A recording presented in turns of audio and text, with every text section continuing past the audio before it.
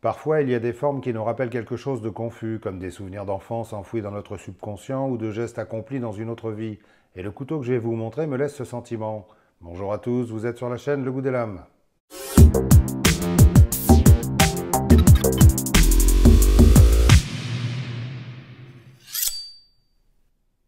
Et les photos, ça a un rapport avec les couteaux? On s'en fout, personne regarde.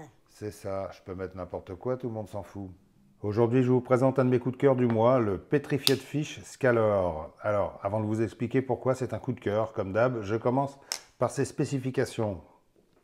Il fait une longueur fermée de 11 cm, longueur ouverte 19 cm 2, longueur de lame 8 cm 6, longueur de tranchant 7 cm 8, largeur de lame 2 cm 7, épaisseur de lame 3 mm 5, longueur de manche 11 cm, épaisseur de manche 13 mm 3, la lame est en acier 154 cm à 59-61 HRC de forme assez indéfinissable, je dirais entre coucris et serpette, avec émouture plate aux 2/3 et finition satin. Les plaquettes de manche sont en bois d'olivier, l'ouverture se fait par thumb studs et le verrouillage par lockback. Et les roulements sont à billes céramiques. Le clip de poche est non réversible, en position tip-up, et le poids est de 120 grammes. Alors, pourquoi ce scaler est un de mes coups de cœur? D'abord parce que j'aime beaucoup son style un peu étrange entre coucris et serpette à l'ancienne, et ça me rappelle beaucoup certains couteaux que les ouvriers agricoles saisonniers sortaient de leur poche dans les balles du samedi soir quand ça chauffait un peu, pour attraper les dernières gonzesses disponibles et pas trop bourrées. Cherchez pas, c'était il y a très longtemps, à l'époque où les filles buvaient. C'était avant Jésus-Christ. J'adore ces plaquettes en bois d'olivier, c'est un de mes bois préférés pour les manches de couteau. Et ensuite, quand on a ce couteau en main, la première impression qu'on a, c'est celle d'un outil super costaud, du genre increvable, fait pour les grosses tâches. Il parle de nous, là? Bah demande-lui. Hein. Non, je parle des tâches, pas des tâches. C'est quoi la différence? Les tâches, ça se prononce comme pâté. Oh. Ah ouais, ok. C'est le genre de couteau, quand tu l'as en main, t'as envie de couper tout ce qui bouge, hein, et même ce qui bouge pas. Je saurais pas trop dire pourquoi, est-ce que c'est sa forme de manche ou sa forme de lame, mais l'impression qu'on a, c'est d'avoir le couteau pliant, fiable et solide à emmener dans ses activités forestières bushcraftiques, au fond du jardin de Pépé, si vous voyez ce que je veux dire. Déjà, on peut dire qu'il a une silhouette peu commune, hein, et ça c'est un trait de caractère que j'aime bien. Il est différent et il assume bien sa différence. Sa forme un peu en banane quand il est ouvert avec sa lame type et coucris, ça lui donne un vrai style. Personnellement, j'aime bien les lockbacks parce que c'est un système qui a fait ses preuves depuis très longtemps. Je ne saurais pas dire exactement, mais c'est très ancien. Ça a été popularisé dans les années 60 par la marque américaine Buck, avec le 110 que tout le monde connaît. Et Buck utilise toujours le lockback sur ses couteaux qui sont depuis cette époque les pliants incontournables pour tous les travailleurs. Parce qu'ils sont fiables, ils ne se referment pas sur les doigts et ils sont faciles à utiliser avec des gants et c'est ce qui a fait leur succès. Les cow-boys aux USA avaient tous un Buck dans un étui à la ceinture. Hein. C'est le genre de couteau avec ce petit goût à l'ancienne qui fait pas de bruit, pas d'éclat, pas de frime. C'est pas celui qu'on va manipuler pendant des heures devant sa télé en faisant chier les gens autour. C'est celui qu'on sort quand on en a besoin et qu'on remet dans sa poche après.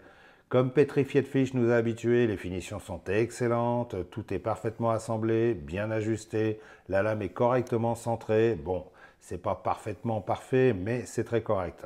Les plaquettes en olivier sont superbes, j'aime beaucoup ce bois parce qu'il est simple et les motifs de veinage sont souvent très jolis. Et ça se patine très bien avec le temps. On passe un petit coup d'huile d'olive de temps en temps et ça lui donne une très belle couleur. C'est pas pour rien que c'est un des bois les plus utilisés en coutellerie, hein, depuis des générations, surtout en France d'ailleurs. Comme on peut voir, les liners sont bien épais, c'est du très costaud. Hein. À l'arrière du manche, il y a un trou pour passer une dragonne. Je le trouve pas super bien placé, je trouve qu'il tombe un peu trop dans la main, je l'aurais mieux vu ici. Le clip de poche est assez souple, il est bien encastré dans la plaquette, il est fixé par des vis plates, ce qui est important, et il permet un port relativement profond. La lame est bien costaude, elle aussi, avec ses 3 mm 5 d'épaisseur. Toutes les arêtes sont légèrement chanfreinées, ce qui donne un contact très agréable au toucher. Moi, personnellement, je préfère les lames avec des bords adoucis, c'est plus sympa à manipuler. J'utilise très rarement des Firesteel. Et quand j'en utilise, il y a le grattoir en général avec. Hein. Donc, je préfère de loin des couteaux avec des angles adoucis. L'émouture est assez épaisse, elle remonte assez haut. C'est pas ce qu'il y a de plus fin pour la préparation de nourriture. Non, je ferai pas de blague à ce sujet. Ah, c'est dommage. Mais par contre, ça en fait une lame bien solide sur laquelle on pourra forcer. Hein. D'autant que son acier 154 cm est un bon acier qui tient bien la route et qu'avec sa forme coucris et son tranchant légèrement recurve, ça mord très fort dans le bois. Les thumb studs sont pas trop mal placés. Bon, c'est pas le meilleur emplacement qui soit sur la lame, mais bon, on a déjà vu pire sur pas mal de marques, hein, comme Cold Steel par exemple. Ce qu'il faut bien comprendre, c'est que sur les systèmes lockback, le marteau appuie en permanence sur la partie arrière de la lame. Et c'est pour ça que ce sont des couteaux qui sont un petit peu plus virils à ouvrir que ceux qui n'ont qu'une minuscule bille en contact avec la lame, comme on voit sur tous les autres systèmes. Donc les thumb studs ne peuvent pas être placés n'importe comment ou n'importe où, sinon ça va demander un effort considérable pour les pousser. Tous ceux qui ont des Cold Steel connaissent ça, hein. Il y a aussi un très léger finger shoal que je ne trouve pas spécialement utile, mais bon, où on pourra quand même éventuellement poser l'index si on veut se rapprocher du tranchant. Personnellement, j'aurais trouvé plus judicieux de rapprocher le tranchant, mais bon, ça c'est ma phobie des finger shoal, hein. Sinon, tout l'ensemble est très agréable à manipuler, l'ouverture se fait facilement et la fermeture aussi parce que la pompe n'est pas trop dure, n'importe qui peut l'utiliser sans se défoncer le pouce. Et comme elle est bien placée au milieu du manche, ça permet de refermer le couteau super rapidement, en faisant bien attention toutefois de placer son doigt bien en avant du manche pour bloquer la lame, et ainsi éviter l'effet guillotine assez connu par les utilisateurs de Cold Steel, qui se font souvent surprendre quand la lame tombe. J'avais même fait une vidéo courte à ce sujet pour montrer comment fermer un Cold Steel d'ailleurs.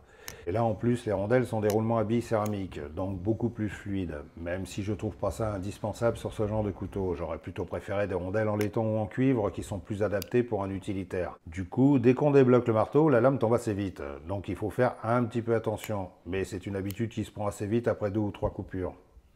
La prise en main est très agréable, le manche est bien dessiné et comme tous les contours ont été adoucis, on a une bonne sensation de confort, même si à titre personnel j'aurais préféré qu'il fasse un petit centimètre de plus en longueur. Et le confort c'est important, hein, parce que quand on a 5 gosses et qu'il faut tailler des bâtons à chacun à chaque balade en forêt, ça rend bien service d'avoir un couteau assez confortable et qui file pas des ampoules, hein. Au passage, je vous fais une comparaison avec le Benchmade Bug Out que tout le monde connaît. Le Cold Steel Airlight avec son Triad Lock, qui est une variante encore plus robuste des systèmes lockback, un excellent couteau que je recommande les yeux fermés, hein, si vous aimez les lockbacks ultra légers. Parce que comme on peut voir sur ce couteau, à part le système Triad Lock, il n'y a aucune autre partie métallique dans le manche, hein. Tout le reste est en G10. C'est assez impressionnant quand même, la solidité de cette matière. Et sinon, je peux aussi vous le comparer aussi pour la forme de lame avec le Tops Bushcrafter Kukuri et le Kershaw Camp 10. Ah, je déconne, ouais. Et sinon, je vous montre rapidement comment il arrive avec sa pochette à zip bien solide, avec de la fourrure à l'intérieur, sa chiffonnette et des petites images pour enfonçage. C'est sympa, ça rajoute un côté qualitatif, même si personnellement je trouve ça totalement inutile. Des pochettes, j'en ai des tonnes qui s'entassent dans un carton.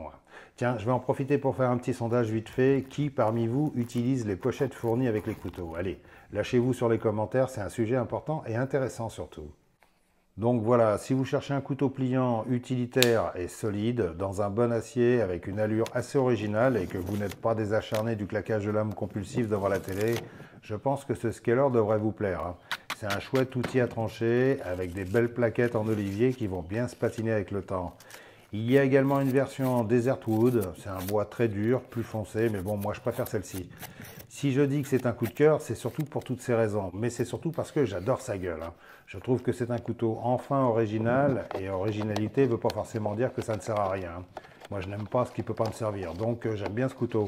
Il est très sympa à utiliser, et je pense que c'est un excellent outil pour des gens qui travaillent en extérieur, à la ferme ou sur les chantiers, parce qu'il a une forme qui sera parfaite pour ouvrir des sacs de nitrate ou de ciment, hein. Pour moi, je trouve que c'est un très bon couteau.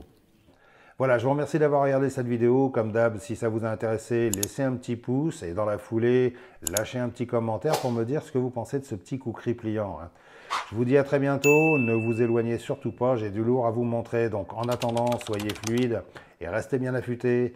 Et non, je plombe pas l'ambiance cette fois. Tadam ! Merci. Salut!